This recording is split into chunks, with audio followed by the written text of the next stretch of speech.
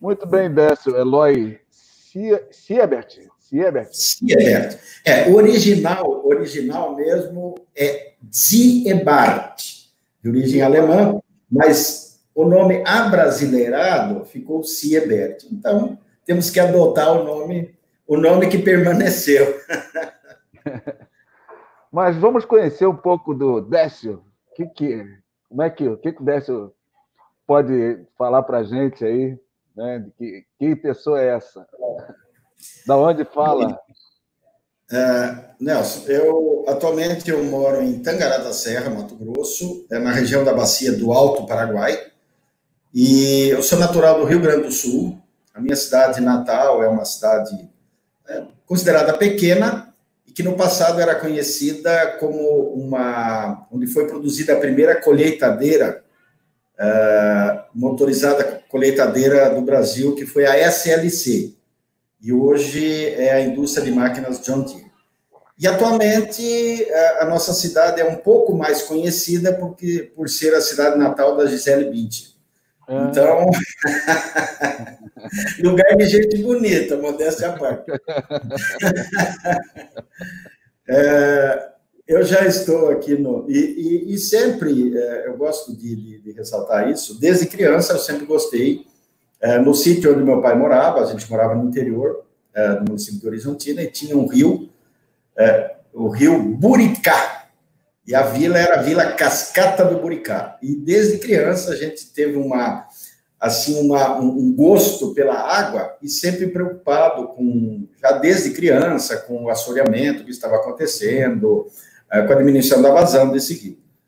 E já desde muito jovem, eu sempre tive vontade de estar trabalhando nessa área. E aí eu enveredei para o rumo da agronomia, mas dentro da agronomia eu sempre gostei mais desse viés ambiental. Tanto que, quando eu fui professor da Universidade Estadual, um dia um aluno da agronomia me perguntou, falou: professor, você tem certeza que você é agrônomo, você não é biólogo, não? Por quê? Se fala tanto dessa questão ambiental. Eu falei: meu irmão, nos dias de hoje, se a gente não falar sobre essa questão ambiental, em qualquer área de trabalho, a gente realmente está fora do contexto. E depois, eu já estou aqui no Mato Grosso há quase 30 anos, e aqui é uma região muito rica, né, Nelson? Uma região riquíssima em recursos hídricos, e a nossa região, nós estamos bem próximo do divisor de duas grandes bacias importantíssimas, que é a região hidrográfica amazônica e a região hidrográfica do Paraguai. Então, nós estamos praticamente no divisor dessas duas grandes regiões hidrográficas, dessas duas grandes bacias hidrográficas.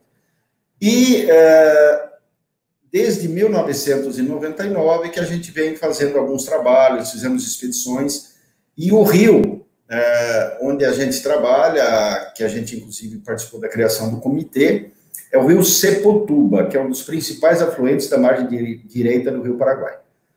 E, posteriormente, eu tive a oportunidade, a convite de um grande amigo, o professor Ximenes, de fazer um mestrado em recursos hídricos. E aí fechou. Então, o que eu sempre gostei de trabalhar com água. Participamos, tive essa oportunidade, já tínhamos feito trabalhos, tive essa oportunidade de fazer esse mestrado em recursos hídricos, e a partir daí a gente passou a trabalhar. Eu comecei a participar do Conselho Estadual de Recursos Hídricos já em 2006, e depois criamos o Comitê da Bacia do Sepotuba em 2010, participei da criação do comitê. E aí a gente acho que a gente se conheceu num desses incobes por aí, pelo Brasil afora, né? E aí a gente participou por um bom período dessas ações. E até hoje a gente trabalha com recuperação de bacias, e a gente tem ministrado, inclusive, cursos de produção e reuso de água. E o nosso tema hoje é falar sobre produção de água. Mas antes eu quero conhecer um pouquinho mais. antes de gente entrar no tema propriamente dito. Sim. Então. Deixa eu te perguntar uma coisa. Sim. 22 anos aí de labuta dessa questão das águas, né? Eu sei que a gente, né, que entra, que já tem esse tempo, a gente consegue olhar para trás e ver algumas realizações. A gente consegue ver isso. Mas a gente também vê muita dor, né? O que eu quero dizer assim, muita coisa que a gente não conseguiu ainda fazer acontecer. Quais são as suas dores nesse... Bem, Nelson, a minha maior tristeza é que nós continuamos presenciando processos de degradação. Tá? Essa é a minha maior dor. E eu fico triste porque não são só ações isoladas, nós continuamos vendo degradação de APPs, falta de cuidado com nascentes, mas nós vemos também alguns grandes equívocos com a construção de obras públicas. E nós tivemos a construção de uma rodovia estadual aqui na nossa região, a MT 480, e tem na região da Escarpa, os geólogos chamam de Escarpa e comumente se chama de Serra, tem a Serra dos Parecis, que liga a região mais alta, que é a região do Planalto, né, a região amazônica, com a região mais baixa, que é a região da Bacia do Alto Paraguai. E, fazendo a ligação dessas duas regiões, tem essa escarpa, ou Serra dos Parecis, e quando foi construída, quando foi pavimentada essa estrada, foi um desastre o que foi feito em termos ambientais nesse trecho da serra. Então, nós conseguimos perceber o assoreamento de vários rios, não houve um disciplinamento das águas pluviais, tá? Além do assoreamento de dois córregos diretamente, houve um carreamento muito grande de sedimentos, porque esses córregos são afluentes do rio Sepultura, e que é afluente do rio Paraguai. Então, consequentemente, esses sedimentos, eles chegam até o Pantanal. Então, nós estamos numa região muito frágil, Nelson, que é a região das cabeceiras do Pantanal. E o que nós percebemos aqui, que muitas pessoas ainda... não sei se por falta de conhecimento, por falta de vontade de querer entender, que as pessoas imaginam que a região do Planalto, onde estão as nascentes do Pantanal, não tem uma vinculação direta com o Pantanal. Quando se fala em Pantanal, as pessoas imaginam a planície pantaneira. No entanto, a planície pantaneira, ela apenas recebe as águas das nascentes dos rios que estão no Planalto. E nós estamos nessa região do Planalto. Então, nós vemos problemas na área urbana, nós vemos problemas na área rural, nós vemos problema com obras públicas. O descaso dessa obra, que foi construída pelo governo do Estado, em parceria com os produtores, foi um desastre.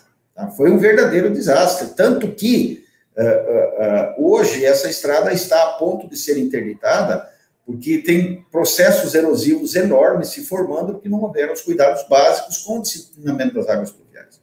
Então, nós vemos com muita tristeza, Nelson, inclusive, a gente já mostrou isso várias vezes no Conselho Estadual de Recursos Hídricos, e algumas pessoas até nos censuraram na época, falaram, mas isso só mostra coisa ruim, inclusive pessoas do próprio órgão ambiental do Estado. Não é que a gente mostra as coisas ruins. Isso inclusive, se você acessar, até numa própria imagem do Google, você vai ver o tamanho da degradação que aconteceu.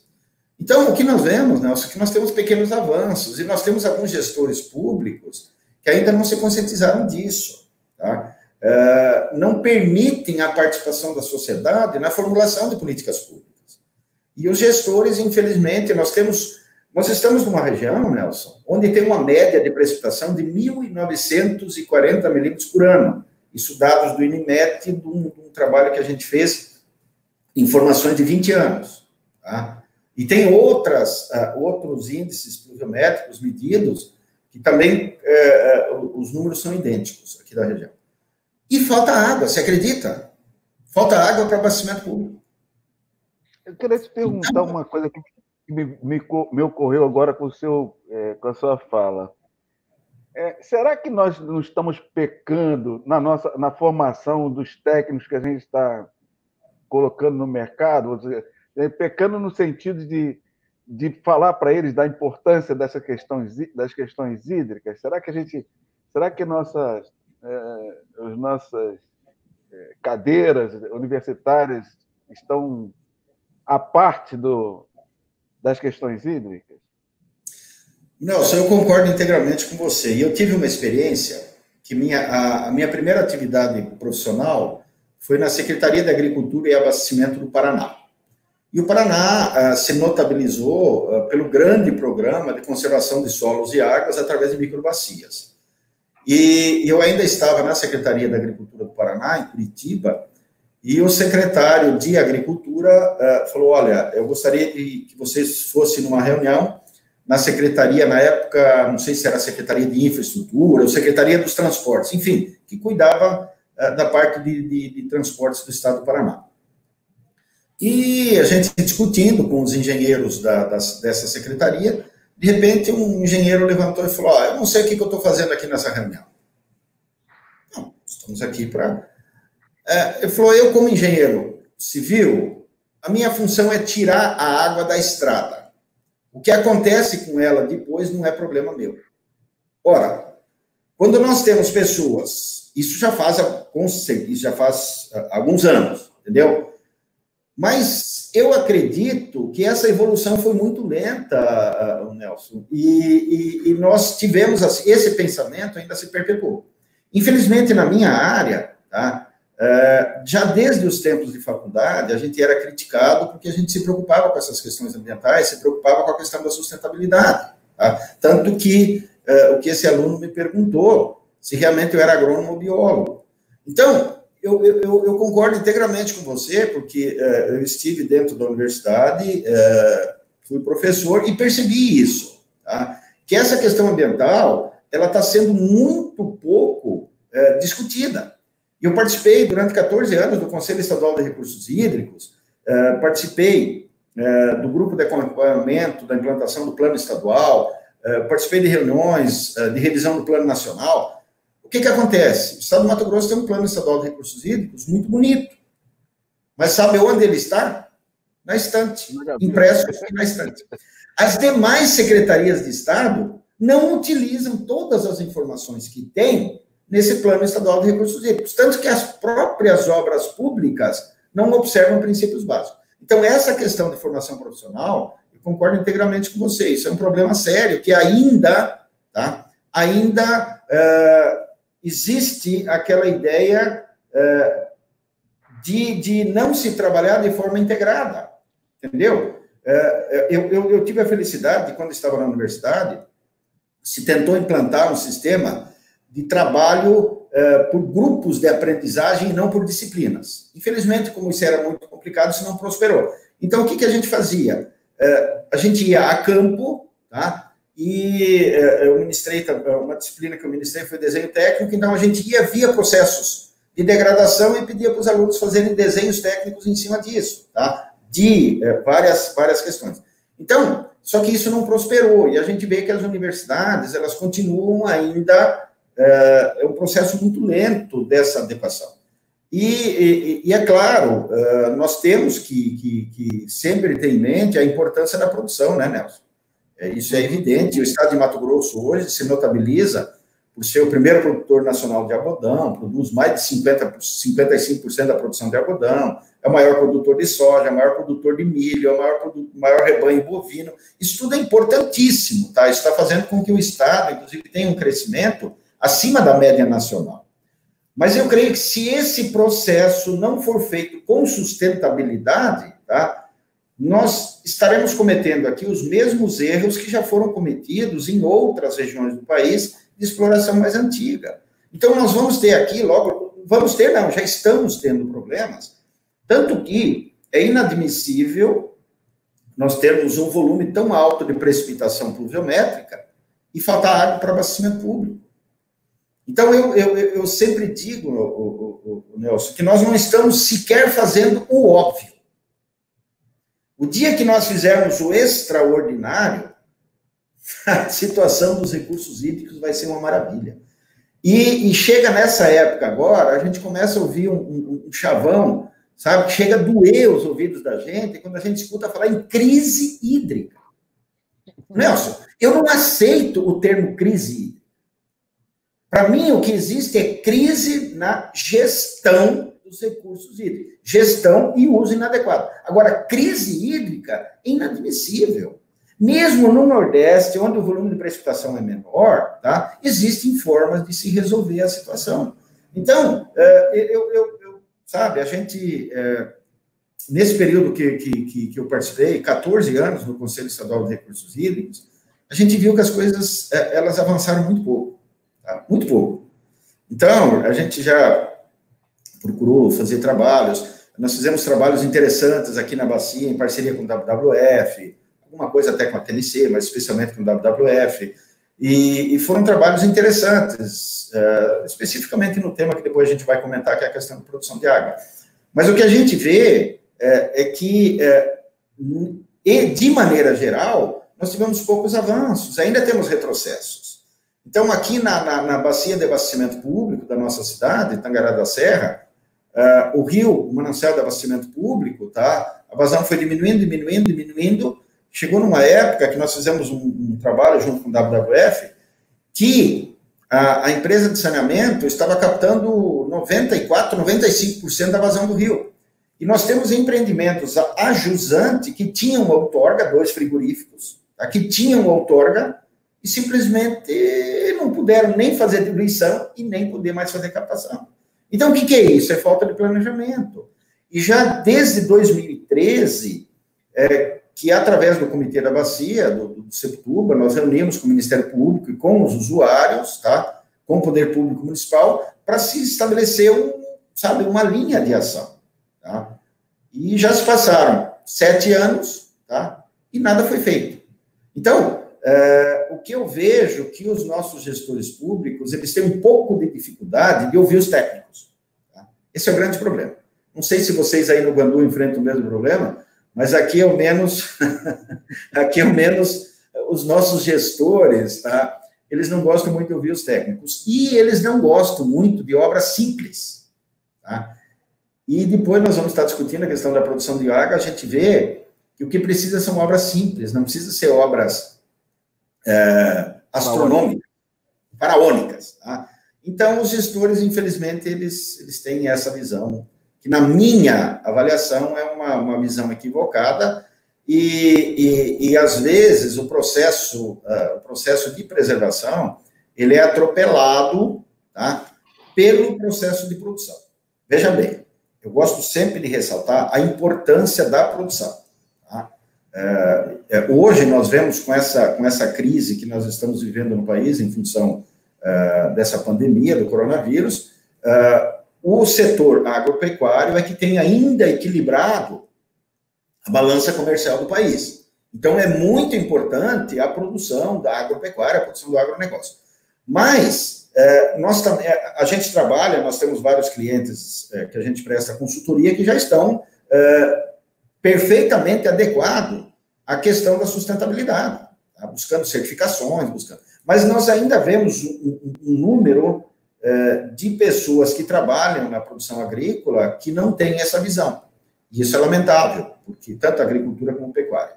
Então, nós vemos ainda situações de áreas que continuam em processo de degradação.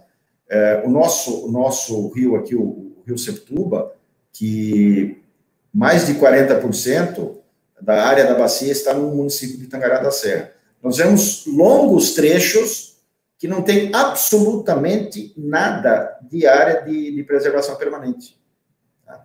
Então, nós ainda vemos o escoamento de sedimentos do leito do rio. A gente vê grandes bacias, principalmente em partes mais sinuosas do rio, o acúmulo de sedimentos. E isso tudo vai para o Pantanal. Tá? Porque nós estamos numa altitude aqui, a nossa região, em torno de 380 metros de altitude, e o Pantanal está a 100 metros. Então, é evidente que esses sedimentos eles vão sendo carreados para as partes mais baixas. Então, já é sentido lá no município de Cáceres, o Pantanal, inclusive o exultório do Rio Septuba, antes dele entrar no Rio Paraguai, já é Pantanal. Então, nós vemos esses processos, e isso realmente nos faz acreditar que nós ainda estamos tendo muito poucos avanços. Tá?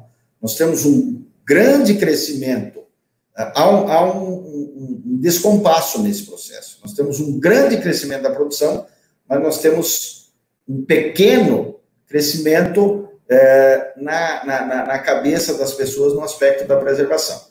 Então, isso desde gestores públicos até ainda algumas pessoas da iniciativa privada. Tem um ditado popular aí que as pessoas só se preocupam quando dói no bolso, né? Então, eu acho que a gente precisava explorar essa coisa que dói no bolso. Quando você toma água, eu vou mantendo a minha tradição aqui. É que você está aí... compartilhar. Você tem a bacia do Guandu, a bacia do Guandu, que é produtor de água para o Rio de Janeiro, evidentemente você tem que tomar água para mostrar que a água tem qualidade. Mas eu ia dizendo que a gente precisa mostrar para os proprietários de grandes áreas, né, que pode doer no bolso dele a perda do seu solo, né, a perda quer dizer, os processos erosivos, né? Então a gente tem que até a falta d'água, né, que de repente isso pode comprometê-los, né? Então a gente precisa começar a apontar para essas coisas que doem no bolso. Mas vamos falar aqui da produção de água. O que você tem a nos dizer aí dessa atividade de produção de água? A produção de água, a gente sabe que a gente tem... Brinde à distância. Hoje tudo é virtual, né? O abraço é virtual, o brinde é virtual. Então, mas fazer o quê? Temos que nos adaptar aos novos tempos. Então, Nelson, nós temos várias formas de produzir água. Tá? A gente sabe disso e inclusive,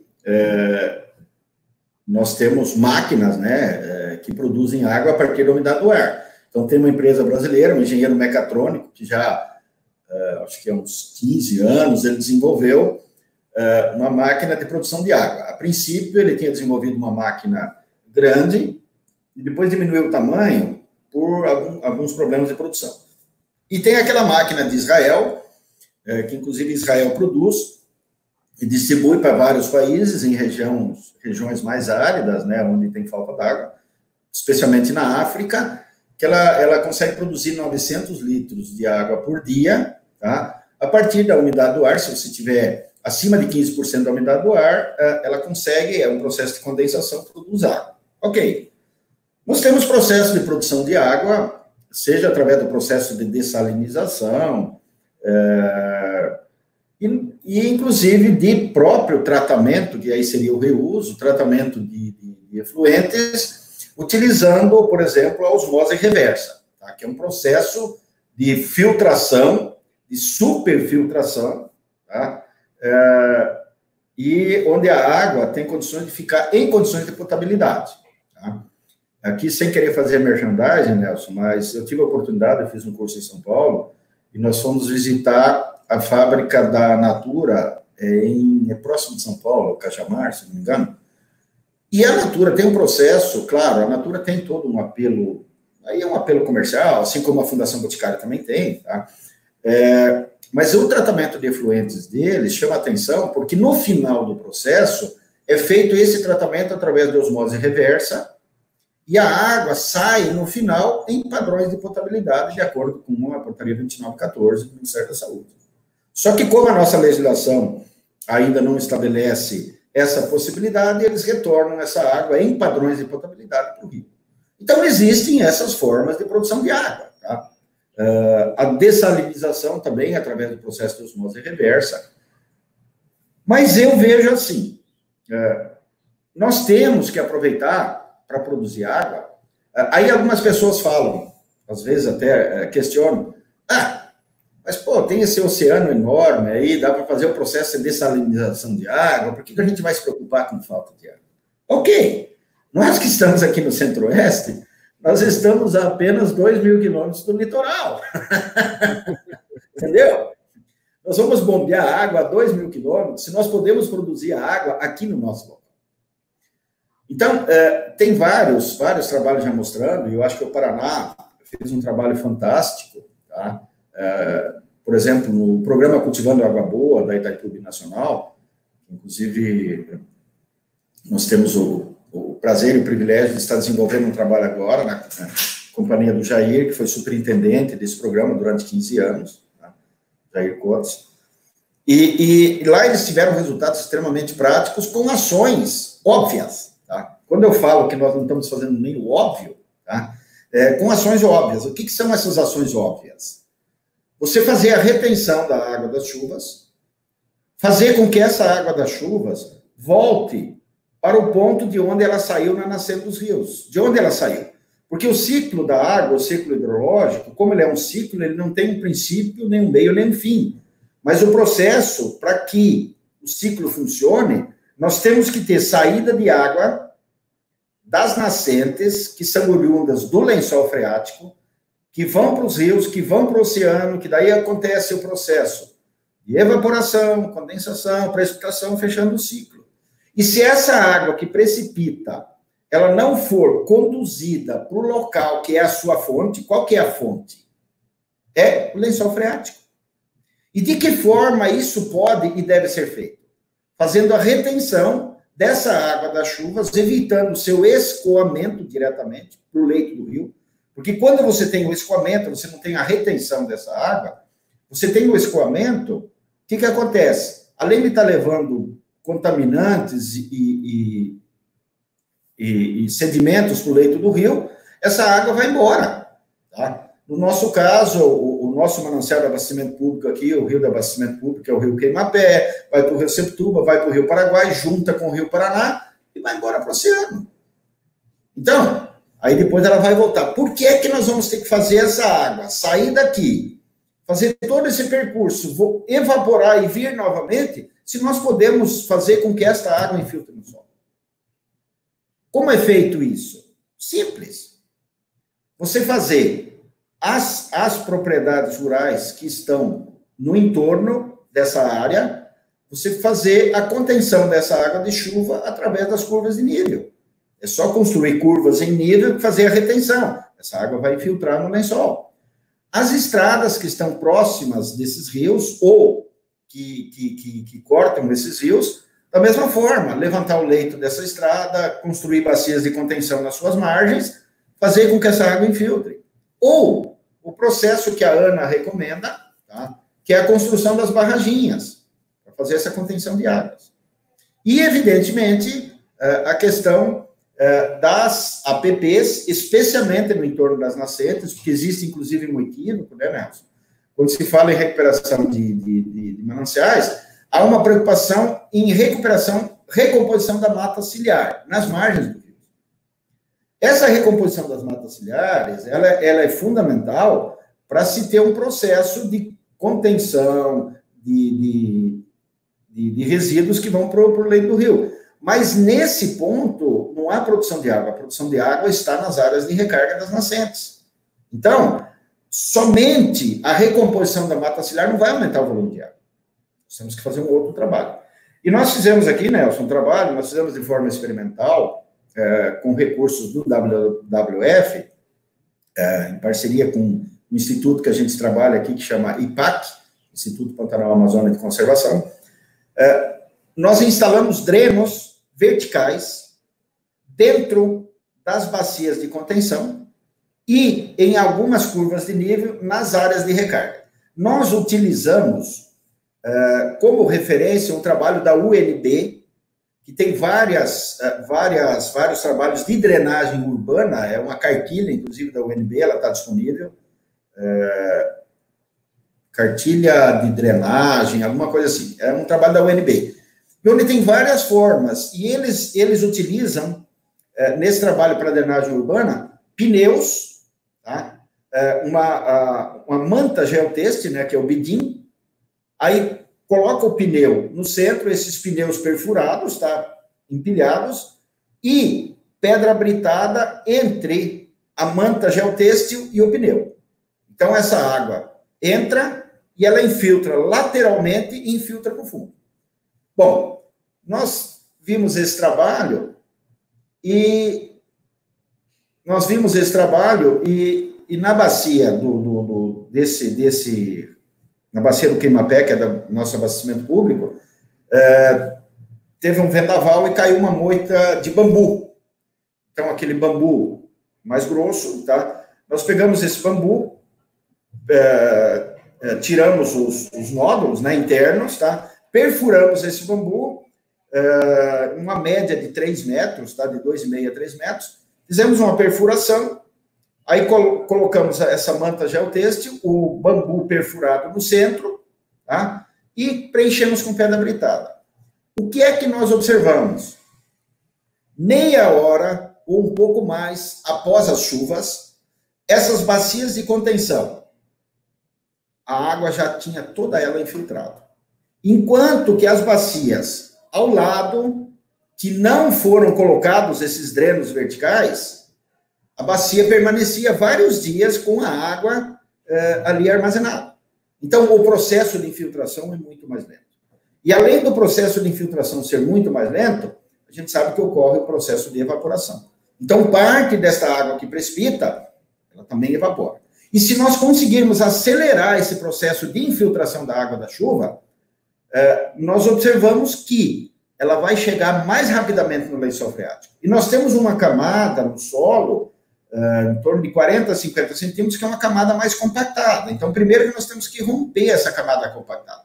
E essa infiltração, ela se dá lateralmente, através dessas aberturas que nós fizemos, e em profundidade, chegando no lençol freático. E nós fizemos isso nessas bacias de contenção, inclusive nós temos imagens que a gente tem, inclusive uns vídeos, tem até algumas matérias que foram feitas pelo canal rural aqui do MT Rural, onde mostra onde tem o dreno e onde não tem, que a água permanece no local e onde foi colocado o dreno, essa água já infiltrou. Então, isso, Nelson, são ações. O que é que nós precisamos fazer? Para produzir água, nós precisamos recarregar o lençol freático. E todas as formas que possam promover essa aceleração da infiltração da água da chuva nos solos é um processo de produção de água. Então, eu vi uma matéria que me chamou muita atenção, lá no semiárido, no Nordeste, no Pernambuco, um engenheiro mecânico, ele construiu barreiras com pedras no leito de um rio, tá? Barreiras no sentido convexo. Quando chovia, essa água era retida ali, ela ficava um tempo retida e ela infiltrava para o lençol freático. Então, é um oásis no meio do semiárido. Ele, inclusive, faz irrigação. Por que existe esse oásis? Porque há a infiltração da água das chuvas no solo, recarregando o lençol freático. Então, essas são as ações, são ações simples. Agora, essas são ações, Nelson, de baixo custo. E muitas vezes elas não interessam ao poder público. Então, o que é que nós vimos acontecer aqui na nossa cidade? Mesmo nós tendo mostrado tudo isso, tá? A empresa de saneamento, o Poder Público Municipal, resolveu construir enormes reservatórios na estação de tratamento de água. Mas como você vai armazenar água se você não tem água na fonte? Armazenar apenas a água da chuva, nós sabemos, a gente pegando os dados de evapotranspiração, aí, claro, nós temos a transpiração das plantas e a evaporação da água. Mas se você tem grandes reservatórios, você tem um processo de evaporação. E nós temos um período de maio a outubro, que aqui em Mato Grosso praticamente não chove. Mas nós temos uma insolação muito forte. Então, acontece um grande processo de evaporação. É claro que talvez não chegue, mas nós temos dados de alguns anos, dados do INMET, que mostram uma evapotranspiração superior a 75%. Então, claro, tem um pouco de evaporação das plantas também. Mas é o caso, por exemplo, de grandes reservatórios do Nordeste, onde é verificado uma evaporação de mais de 80% da água armazenada. Então, a água, ela não deve ficar armazenada na superfície. A água tem que ficar armazenada no subsolo, no lençol freático. Então, esse que é um aspecto. E nós fizemos, Nelson, um cálculo bastante simples para mostrar matematicamente como isso é verdadeiro, e isso é possível se converter isso em números. A bacia, a área que está, a montante da nossa estação de tratamento de água, é uma área de 5.417 hectares. Bom, se nós temos uma média de precipitação de mais de 1.900 milímetros por ano, que é muita água, né, Nelson? É só imaginar que são praticamente 2 caixas d'água de 1.000 litros, uma em cima da outra, por metro quadrado. É muita água. Como essa área tem 5.400 hectares, isso significa 54 milhões de metros quadrados. Se nós temos 1.900 litros por metro quadrado em 54 milhões de metros quadrados, tá? Isso significa que nós teremos uma precipitação nesse local de mais de 100 bilhões de litros de água por ano. Ora, é muita água. E, tecnicamente, inclusive os técnicos da ANA falam isso, já falaram várias vezes, que com esse trabalho, tanto que o programa da ANA chama Programa Produtor de Água, tá? Que é possível realmente se fazer esse processo de produção de água. E técnicos da ANA, inclusive, afirmam que é possível, se todas as ações forem implantadas, se fazer infiltrar 20% da água das chuvas. Mas nós fizemos o cálculo, se nós conseguirmos nessa bacia, que é o manancial de abastecimento público, se nós conseguirmos a infiltração de 10% da água das chuvas, tá? Nós teríamos água armazenada no lençol freático para abastecer a nossa cidade por 350 dias. Ora, 350 dias, nós nunca ficamos aqui mais do que 4 meses sem chuva. Então, estaria resolvido o problema do abastecimento público. Mas o que o poder público resolveu fazer? Buscar fazer o bombeamento, vamos fazer um investimento de 40 milhões de reais para fazer o bombeamento de água do Rio Septuba para a cidade, numa distância de quase 20 quilômetros.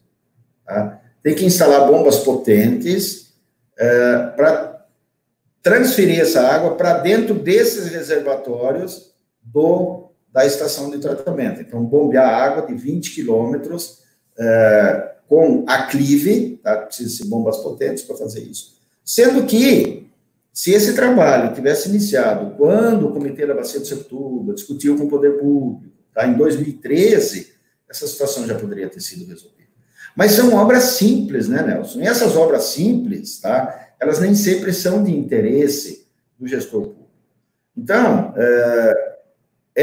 nós fizemos um cálculo que, se fosse investido 10% do que vai se gastar para fazer esse bombeamento do Rio Septuba, que é também um paliativo, tá? Não é uma situação definitiva, é um paliativo, tá? Se fossem investidos 4 milhões de reais, nós conseguiríamos nós conseguiríamos adequar todas as estradas dessa área montante da bacia, conseguiríamos fazer as curvas de nível onde não tem, conseguiríamos fazer bacias de contenção, conseguiríamos instalar drenos em todas essas áreas de recarga dessas nascentes. Tá? Então, e aí é onde que entra a questão do óbvio e do extraordinário que eu sempre falo. Tá? Nós não precisamos fazer o extraordinário. Isso é o óbvio. Qual é o óbvio? O óbvio, desculpe, é fazer retornar a água do ciclo hidrológico para a sua fonte. Qual que é a fonte da água das nascentes? O lençol freático. Então, essa é a forma mais simples que a gente vê de produção de água. Mas isso nem sempre é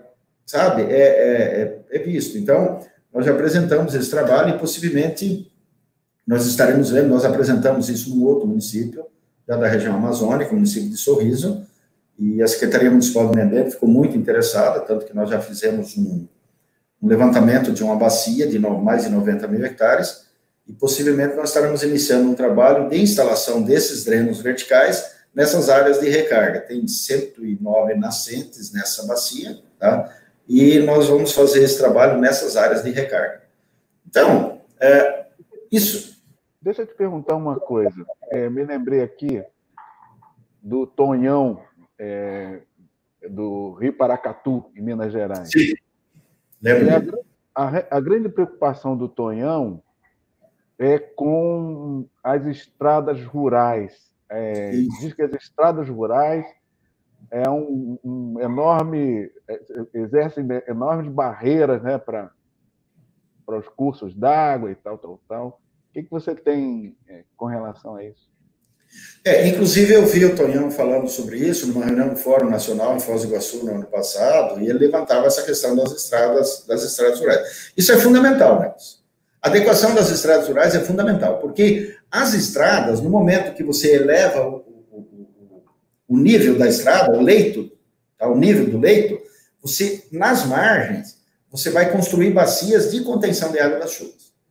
E esses locais todos, além de deixar de carregar sedimentos e contaminantes para o leito do rio, essa água vai ficar armazenada nessas bacias de contenção. E essas bacias de contenção vão levar essa água também para o lençol freático. Então, esse trabalho do Tonhão, eu lembro que ele comentou, é um trabalho importantíssimo, tá, de adequação das estradas. E foi o que foi feito no Paraná. O Paraná começou um grande programa de conservação de solos e estradas rurais, por microbacias. Então, não adianta você fazer ações isoladas. Por exemplo, você fazer a contenção da água das chuvas dentro de uma propriedade rural, mas você não integrar ela com a estrada. Tá? Então, por isso que esse trabalho ele deve ser um trabalho integrado, de solos e estradas rurais. E isso que o secretário da Agricultura, na oportunidade, nos pediu que fizéssemos esse trabalho conjunto com a Secretaria dos Transportes do Paraná. Então, essa adequação das estradas ela é fundamental, porque não adianta você reter a água nas curvas de nível, nas propriedades do entorno, e as estradas continuarem carregando sedimentos para dentro dos rios, além de sedimentos, o volume de água do leito da estrada. Então, vai continuar assoreando o rio, vai assorear nascentes e vai prejudicar. Então, é um trabalho que precisa ser feito integrado. Então, o que é que precisa ser feito numa bacia hidrográfica? Adequação das estradas rurais, fundamental. Retenção da água das chuvas nas propriedades rurais e integrando essas curvas com as estradas. Tá? Recomposição das áreas de matas ciliares, especialmente no entorno das nascentes. Tá? E também na parte ciliar, porque, veja bem, Nelson, os grandes equívocos que nós vemos quando houve a discussão do Código Florestal, houve uma preocupação muito pequena com os recursos hídricos no Código Florestal. Tanto que a discussão chegou a níveis ridículos, tá, de se ter uma área de APP de mata ciliar de 5 metros. Ora, o que é que se você for fazer o plantio no espaçamento de 6 por 6, vai dar 2 fileiras de árvores. Ora, isso é ridículo. Então, houve uma grande discussão no Código Florestal, ficaram anos discutindo, e o processo virou político, tá? E quem teve mais forças, os lobbies mais poderosos, acabaram levando vantagem. Mas é ridículo você ter uma APP de 5 metros, 10, 15 ou 20 metros. Isso não resolve absolutamente nada. Tá? E não houve uma preocupação em relação à contenção das águas. Então, isso realmente, na minha avaliação, é um grande equívoco que aconteceu no Código Florestal. Não houve preocupação com os recursos hídricos. Então, houve o debate apenas na questão da quantidade de APPs, mas não se preocupou, em momento nenhum, o que será feito com a água das chuvas que fluem para dentro dos rios. E que essa área de APP tão estreita, ela não vai conseguir ter efeito nenhum. Então, de maneira geral, por isso que eu falo, Nelson, que nós temos poucos avanços em relação aos recursos hídricos, exatamente por isso. Tá?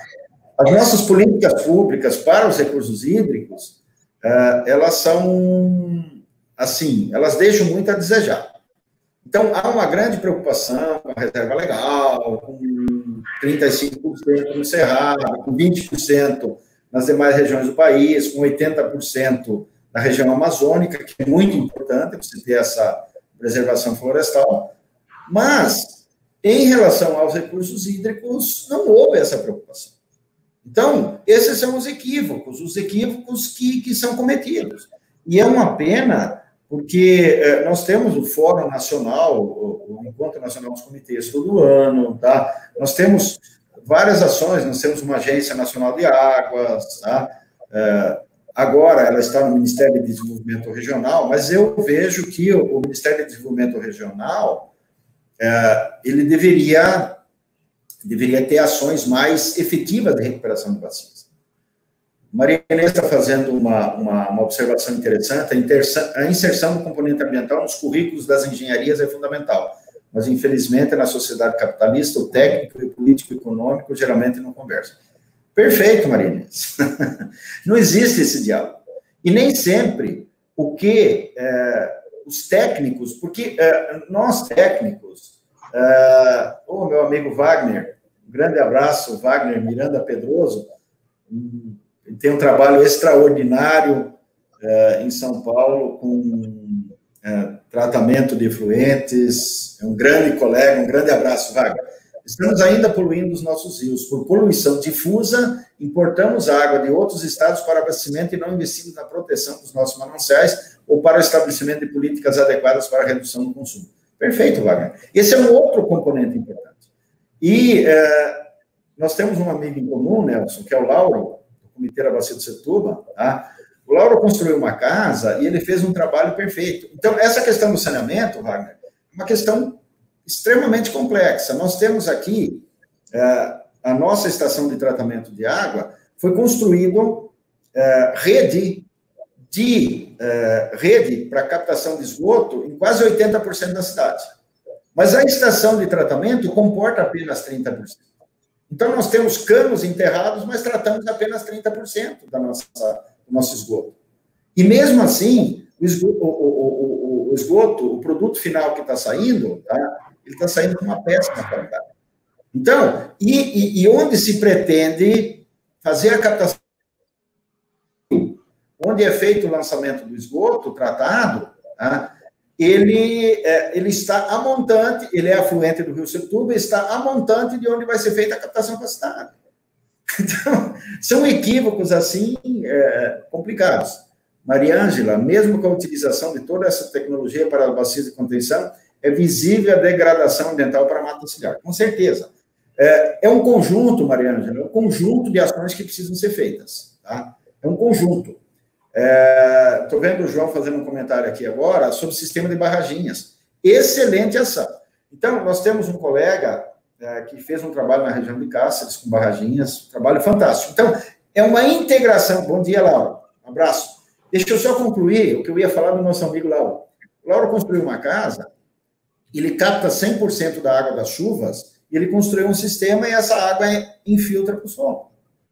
É difícil fazer isso? Não. Ele direcionou as calhas da casa dele, construiu poços com pedras, até o Lauro pode fazer um comentário melhor sobre isso, e 100% da água das chuvas infiltra no solo. Então, o Lauro, ele, a esposa e a filha, consomem, pela média, a média de consumo de água que se tem pelos padrões, a quantidade de água que o Lauro capta do telhado da casa dele, sem considerar o reuso da água da máquina de lavar, que ele faz para lavar a calçada, ele infiltra no solo mais de 150 mil litros de água por ano, tá? E é o que ele consome. Então, o Lauro, tá? Não está causando prejuízo nenhum. Ele é um cidadão, tá? Que a água que ele está consumindo, ele está devolvendo para o lençol freático. O Lauro é seu fã.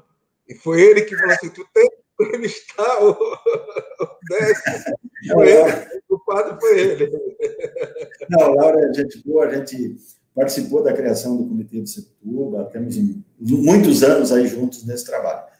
Mas são essas ações, Nelson, são essas ações que eu digo que são possíveis. Então, essa integração, tá? Retenção da água das chuvas nas propriedades rurais. Adequação das estradas, levantando o nível, adequando ela com as propriedades que margeiam a estrada e construindo essas bacias de contenção, que, na verdade, essas bacias de contenção também são as barraginhas que a ANA preconiza, tá? A ANA preconiza a construção de barraginhas, além das margens das estradas dentro de alguns locais nas propriedades rurais, que é extremamente interessante, porque essa água é retida e a água retida vai infiltrar no lençol. Então, nós até, a nossa intenção é fazer um trabalho conjugado, colocar esse dreno vertical, inclusive dentro das barraginhas, porque daí ocorre o processo de infiltração. Então, nós fizemos esse trabalho com bambu, Nelson, mas ele pode ser feito com cano de PVC. Tá? Nós fizemos com bambu para utilizar aquele bambu que tinha caído e ia se perder. Então, nós fizemos um trabalho aí até com um apelo de sustentabilidade, né? E, inclusive, até esse trabalho teve uma vez algum tempo atrás, que a Gisele Bündchen, ela é engajada, não é porque ela é da minha cidade, né? Mas ela é engajada nessas questões. Todo mundo... Me permite um gancho.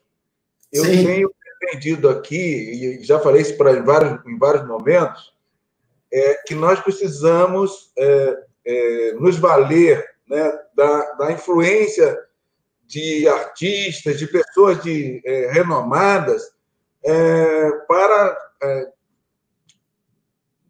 levantar nossa bandeira. Né? E o que essas pessoas precisam?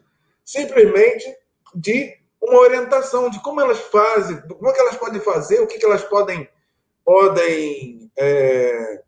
contribuir, né? E como ela pode falar isso. Então, eu acho que em cada região hidrográfica, cada comitê de bacia hidrográfica pode identificar o seu artista para fazer dele uma madrinha, uma artista para fazer a madrinha do comitê ou o padrinho do comitê. E a gente começar a alimentar essas pessoas de informações para que elas possam falar dessas coisas, né? Então, a gente precisa fazer isso chegar na sociedade de uma forma geral, né? Isso é muito importante, Nelson. Nós temos aqui em Mato Grosso uma dupla de humoristas, são extraordinários, o Nico e Lau. Tá? E tem um trabalho, inclusive o Comitê da Bacia do Setuba apresentou essa proposta no INCOB de Cuiabá para se criar um pacto em defesa das cabeceiras do Pantanal. Tá? Inclusive, depois do INCOB de Porto Alegre, nós apresentamos lá esse trabalho do comitê. Até foi a primeira vez que eu vi um trabalho do Guandu exposto lá no INCOB de Porto Alegre. Então, olha o Lauro falando aqui do buraco. Como que ele fez essa contenção da água das chuvas? Um buraco com diâmetro de 1,40 m por 1,70 m e colocado pedras. Toda a água da chuva infiltra no solo. Então, a gente está falando muito a gente vai voltar nesse assunto aqui dos artistas, mas aproveitando essa colocação dele aqui, a gente fala muito das propriedades rurais, mas a gente tem que lembrar que aquelas propriedades urbanas que ainda não cimentaram todo o terreno, pode ser feito isso aí. Né? Então, com certeza. E a gente, com isso, vai evitar, inclusive, inundações em muitos lugares, né? Porque a gente está dando uma contribuição, né, para essa drenagem urbana. A gente precisa começar... Esse é um projeto muito interessante em Porto Alegre, que ela está se tornando a cidade esponja. Então, a gente precisa começar a trabalhar essa lógica das cidades esponjas. Com certeza. Só para finalizar a questão dos artistas, depois eu gostaria de fazer um comentário sobre a questão da drenagem urbana. Então, o Nico e Lau, eles aderiram ao Pacto em Defesa das Cabeceiras do Pantanal.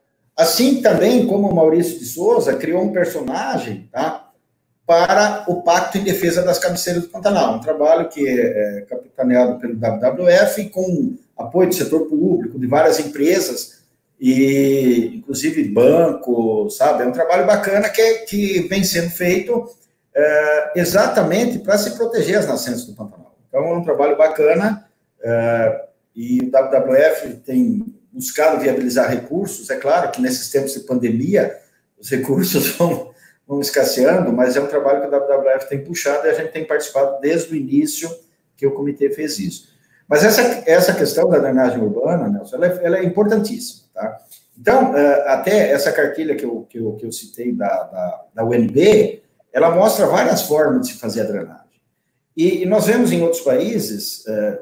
Eu tive a oportunidade de ir algumas vezes nos Estados Unidos, e lá na região do Texas, especialmente, eu observei que nas áreas urbanas, 100% das águas das chuvas são coletadas e existem inúmeras lagoas, tá?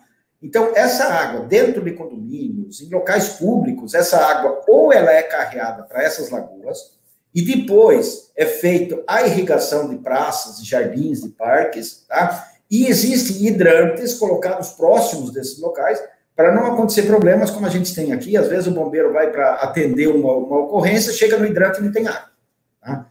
E onde não é essa água das chuvas, não é carreada para dentro de lagos artificiais, tá?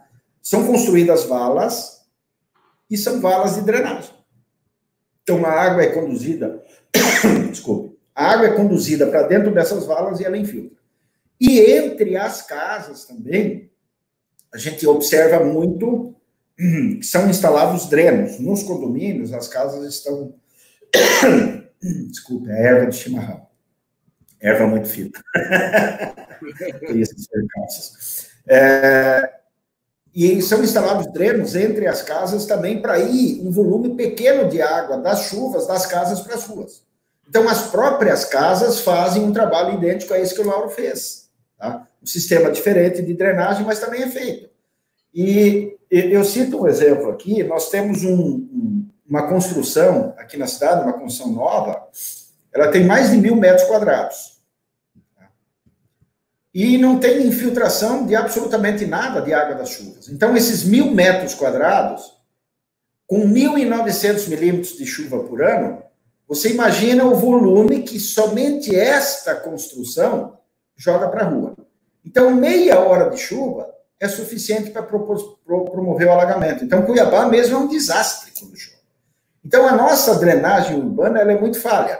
E ainda onde tem a captação da água das chuvas de drenagem urbana, a descarga dela, nos pontos de descarga, normalmente são formação de grandes processos erosivos. Então, nós temos uma avenida aqui, toda essa água, o pouco que é captado através da drenagem urbana, ela é descarregada próximo de um córrego e está formando um processo erosivo enorme.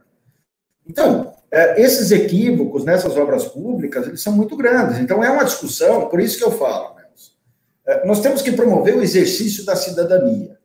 O que é o exercício da cidadania? É a participação do cidadão na formulação de políticas públicas. Isso não é uma agenda de esquerda ou de direita. Infelizmente, quando se fala em gestão participativa, dá a impressão que é uma agenda da esquerda, mas não é agenda de esquerda ou de direita. O que os nossos gestores públicos precisam saber é que nós temos universidades, que nós temos instituições com técnicos extremamente capacitados que podem contribuir para a gestão pública. E eu tenho certeza que se os técnicos fossem chamados a participar de um processo, por exemplo, não é só fazer audiência pública. Você elabora vamos elaborar o plano diretor da cidade. Aí junta alguns técnicos, elabora o plano diretor, depois leva para uma audiência pública para aprovar. Ora, numa audiência pública, como é que você vai discutir um plano diretor de uma cidade numa audiência pública? Isso é ridículo, tá? É ridículo. Mas, o que acontece? Os gestores públicos ou os políticos, de maneira geral, eles não gostam do técnico. Porque o técnico, ele apresenta sempre o mais racional, tá? E não necessariamente o mais caro. Então, aí existe uma cultura do nosso meio político ainda, uma cultura, assim, bem danosa, né?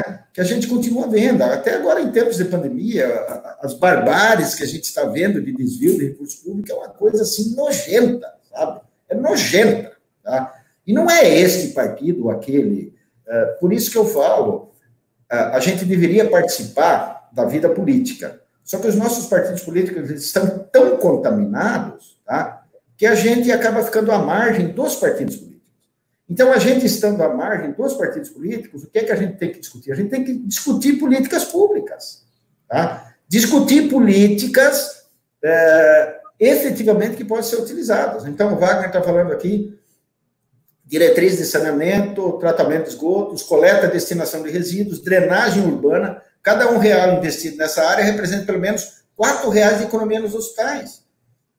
Caramba, isso é perfeito, Wagner, é correto. Nós fizemos um trabalho aqui de saneamento rural, através da instalação de fossas sépticas biodigestoras, tá? Que depois você utiliza essa água, são 3 caixas d'água, tá? Faz a ligação da água dos sanitários, tá? Ela passa por um processo anaeróbico em 2 caixas d'água e depois ela sai em condições de uso para fertirrigação. Projeto da Embrapa Solos. Embrapa São Carlos. Fantástico. Nós fomos lá na Embrapa, tá? Conhecemos, e o WWF conseguiu um recurso e nós fizemos também de forma experimental, implantamos 40, a gente chamou de biofossas, fossas sépticas biodigestoras. Inclusive o técnico da Embrapa veio aqui. E o Wagner, que fez essa manifestação agora, o Wagner conhece esse trabalho também.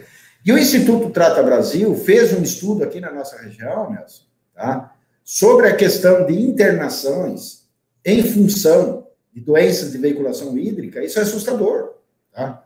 A quantidade de crianças com diarreia, inclusive levando a óbito de crianças, um percentual alto.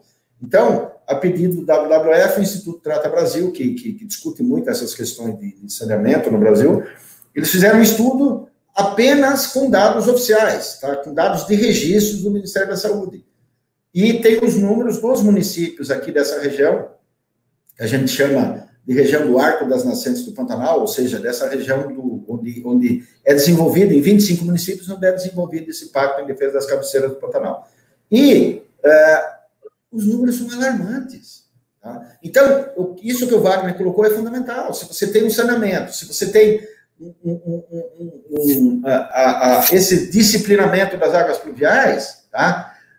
Você tem também um menor custo da saúde pública. Então, o João está fazendo um comentário, não é saneamento, precisamos recuperar as nascentes e as áreas de recarga. Concordo integralmente, João. Nós precisamos recuperar. Porque, na verdade, se nós fizermos a recuperação das nascentes, nós vamos ter uma água de qualidade e em quantidade. Tá? Então, esse trabalho que a gente fez dos drenos, Nelson, o que acontece? Essa manta geotêxtil, que é o bidim, né, é um filtro. Tá? Então, a água entra ou pelo bambu que nós fizemos, ou através de um cano de PVC de 100 milímetros, e aí ele passa através da pedra britada, que já é um filtro, e passa também através dessa manta geotêxtil, que é uma manta que é um filtro. Tá? Então, algumas pessoas nos questionaram, mas não pode haver a contaminação do lençol freático? Ora, quer contaminação maior do que essa água está sendo levada pelas estradas direto para dentro do rio? E, no caso, tanto a pedra britada como a manta geotêxtil, ela é um filtro. Então, a água que vai infiltrar, tá? E além do solo, que é um filtro natural. Tá? Então, a água que infiltra pelo solo, tá? Ela também poderia contaminar o lençol. Mas a contaminação maior é pelo escoamento superficial. Esse trabalho é um trabalho desenvolvido pela UNB, onde eles já fizeram esses ensaios todos e concluíram, eles trabalham com essa questão, isso para drenagem urbana com pneus. E nós utilizamos a ideia, e eu falo assim, que a gente tem que observar as coisas.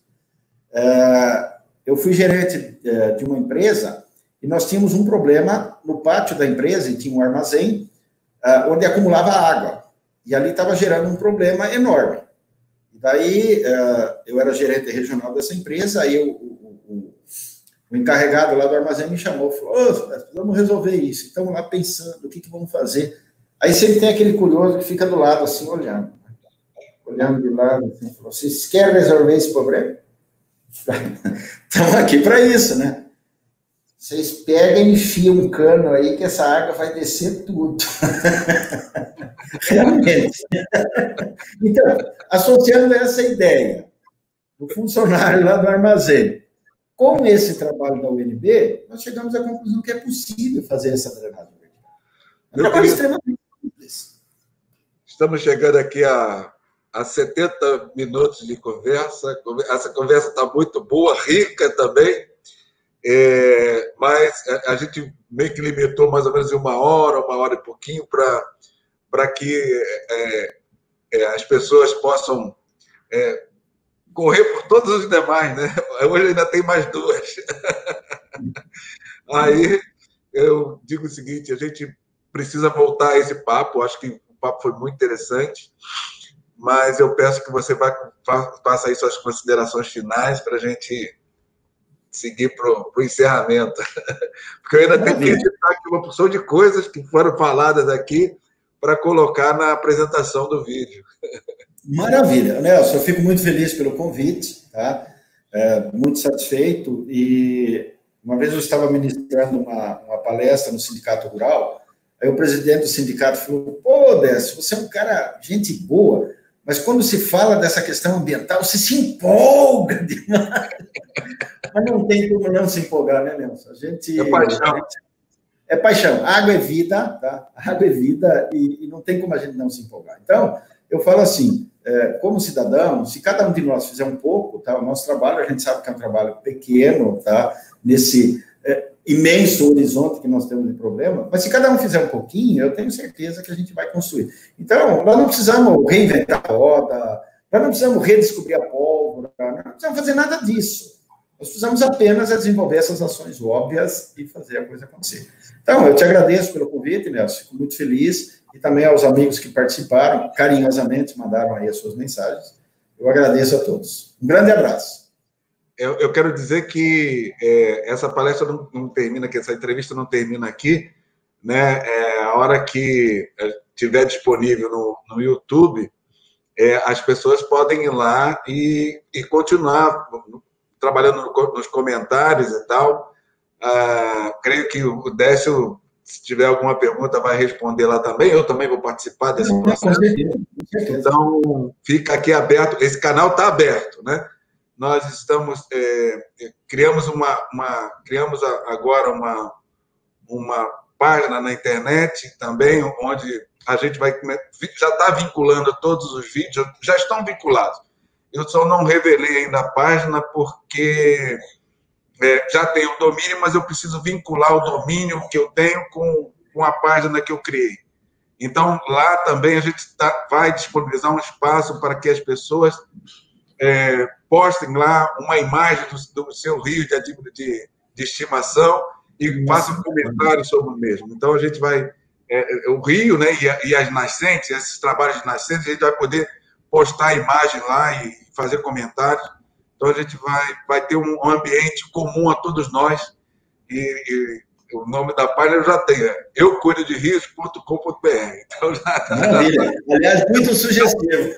Ela não está no ar ainda, mas ela está no ar com outro, digamos, outro domínio do Wix, mas a gente vai trazer breve para participação coletiva.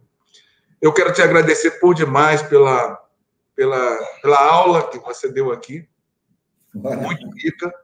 Eu acho que vai ser útil para muita gente de área urbana e área rural, e aqui fica a minha gratidão, minha reverência pelo trabalho. Eu admiro o teu trabalho. Parabéns pela a sua dedicação. Um forte abraço e até a próxima. Um grande abraço, prazer te rever, mesmo que seja à distância, mas um grande abraço. Eu admiro muito o teu trabalho, Nelson. Um grande abraço para você também.